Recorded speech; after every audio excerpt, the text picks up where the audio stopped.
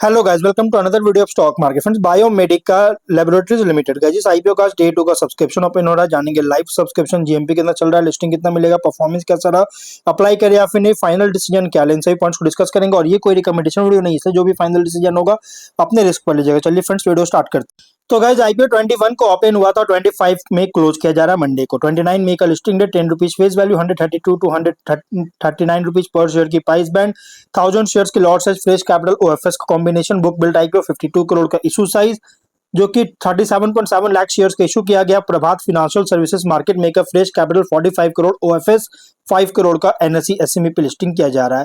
Allotment date 26 मई का, 27 को refunds release किया जाएगा, शेयर्स डिमैट अकाउंट में क्रेडिट होगा। ऑफर दिया गया है क्यूआईबी ओनली 1% का, बहुत ही लो ऑफर दिया गया। बिग एचएनआई 31, स्मॉल एचएनआई 15.5 और रिटेल 47.5% ऑफर दिया गया है। रिटेल ओनली 2 लॉट अप्लाई कर सकते हैं, 2000 शेयर्स मिलेंगे, 2.8 लाख पे करना पड़ेगा। Small HNI minimum 3 lot apply कर सकते हैं, 4.1 लाख पे करना पड़ेगा। मैक्सिमम 7 लॉट अप्लाई कर सकते हैं, 9.7 लाख पे करना पड़ेगा। Big HNI minimum 8 lot apply कर सकते हैं, 11 लाख पे करना पड़ेगा। मैक्सिमम कोई लिमिट नहीं है, लेकिन अगर 5 टाइम सब्सक्राइब होता है स्मॉल एचएनआई या बिग एचएनआई जिस भी कैटेगरी में, उसमें आपको मिनिमम लॉट होगा। जैसे स्मॉल एचएनआई में ओनली 3 लॉट, बिग एचएनआई में ओनली 8 लॉट अलॉटमेंट किया जाएगा अगर 5 टाइम सब्सक्राइब होता है तो। सब्सक्रिप्शन की बात करें तो डे 1 सब्सक्रिप्शन अगर देखा जाए तो यहाँ पे सब्सक्रिप्शन जो देखने को मिला है, क्यूआईबी 16 टाइम सब्सक्राइब किया, बहुत ही स्ट्रॉन्ग सब्सक्राइब। रीजन क्या था स्ट्रॉन्ग सब्सक्रिप्शन का? तो गाइज ओनली 1% ही ऑफर दिया गया था। 6 एप्लीकेशन सबमिट हुआ, 36,000 शेयर्स का ऑफर था, 5.7 लाख शेयर्स का बीट किया, 8 करोड़ का सब्सक्राइब हुआ। और बिग एचएनआई में बहुत ही एकदम minimum 1% only subscribe, 16,000 shares beat किया, 22 लाख का। स्मॉल एचएनआई 6% सब्सक्राइब, बहुत ही लो एकदम मिनिमम सब्सक्राइब है, और 36,000 शेयर्स बीट किया, 50 लाख का। रिटेल में फुल्ली सब्सक्राइब है 1.1 टाइम का, 19.6 लाख शेयर्स का बीट किया, 27.2 करोड़ का। 980 एप्लीकेशन सबमिट हुआ।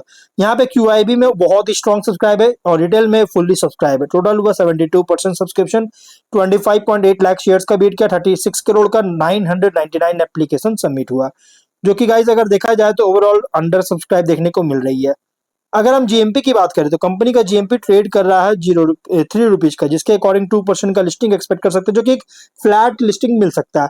142 रुपीज का एस्टिमेटेड लिस्टिंग प्राइस, 3000 रुपीज का एस्टिमेटेड प्रॉफिट सिंगल लॉट पर मिल सकती है।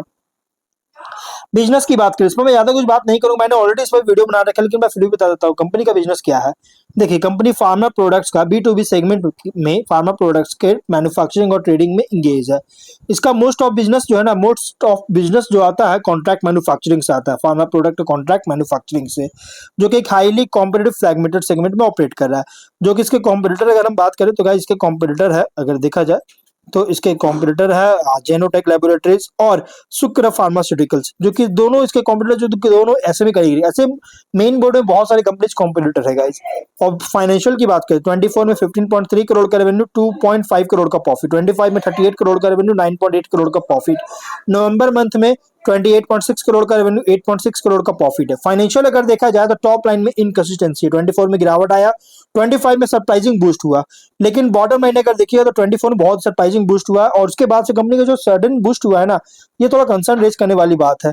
और अगर हम रेशियोज की बात करें तो कंपनी का रेशियो बोलते हैं, ऑब्जेक्टिव तो लोन रिपेमेंट करना चाहता है और नया मैन्युफैक्चरिंग फैसिलिटी का सेटअप करना चाहता है एग्जिस्टिंग प्रेमिसेस में, जिससे एग्जिस्टिंग प्रोडक्शन कैपेबिलिटी को जो है एग्जिस्टिंग प्रोडक्शन कैपेबिलिटीज को इनहेंस करने के लिए और जनरल कॉर्पोरेट पर्पस के लिए फंडिंग चाहती है।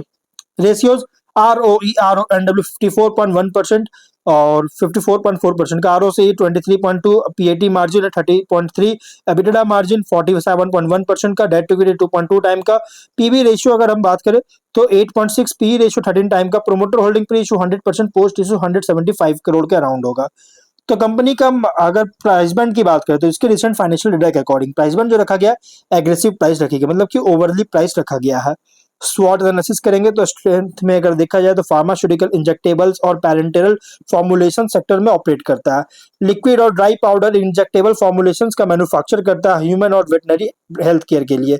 और प्रोडक्ट पोर्टफोलियो में 4 तरह की प्रोडक्ट देखिए प्रोडक्ट्स है, एथिकल ड्रग्स, जेनरिक मेडिसिन और ओटीसी फार्मा प्रोडक्ट्स। और कंपनी का स्ट्रॉन्ग फोकस है स्टेराइल इंजेक्टेबल मैन्युफैक्चरिंग पर, जिससे फार्मा इंडस्ट्री में एंट्री बैरियर्स क्रिएट करता है। और फाइनेंशियल परफॉर्मेंस जो कि स्ट्रॉन्ग इंप्रूवमेंट हुआ है रेवेन्यू प्रॉफिटेबिलिटी में, जो कि ग्रोथ देखने को मिल रहा है, इंक्रीज करता हुआ नजर आ रही है। मैन्युफैक्चरिंग कैपेबिलिटीज है और हेल्थ केयर भी है, जिसके का डिमांड जिसके कारण guys long term business growth को सपोर्ट करता है। बिजनेस डिपेंड करता है स्ट्रिक्ट फार्मास्यूटिकल रेगुलेटरी अप्रूवल्स और कॉम्प्लायंस स्टैंडर्ड्स पर। स्केल रिलेटिवली बहुत ही स्मॉलर है अगर लार्ज फार्मास्यूटिकल का मैन्युफैक्चरर से कंपेयर करें। हाई डिपेंडेंस है third party distribution institutional buyers पर। मैन्युफैक्चरिंग ऑपरेशंस में कंटिन्यूअस इन्वेस्टमेंट रिक्वायर हो सकता है क्वालिटी सिस्टम्स और इंफ्रास्ट्रक्चर में। वर्किंग कैपिटल इंटेंसिव है इन्वेंट्री और रिसीवेबल साइकिल्स होने के कारण। अपॉर्चुनिटीज की बात करें तो डिमांड ग्रो कर रहा है injectable medicine health care products के लिए इन डोमेस्टिक और एक्सपोर्ट मार्केट में। रेगुलेटेड इंटरनेशनल मार्केट्स में एक्सपैंड कर रही है जिससे ग्रोथ पोटेंशियल को इंप्रूव कर सकता है। और फार्मास्यूटिकल मैन्युफैक्चरिंग में अगर देखा जाए तो ट्रेंड जो है आउटसोर्सिंग ट्रेंड इंक्रीज हो रहा है जिससे अपॉर्चुनिटीज सपोर्ट करता है। कैपेसिटी एक्सपैंड कर रहा है जिससे प्रोडक्शन स्केल ऑपरेशनल एफिशिएंसी को इंप्रूव कर सकता है जो कि ऑब्जेक्टिव में किया जा रहा है सेटअप करके। और health care awareness chronic disease treatment दोनों बहुत तेजी से राइज हो रहा है जिससे फार्मा सेक्टर ग्रोथ को सपोर्ट कर सकता है।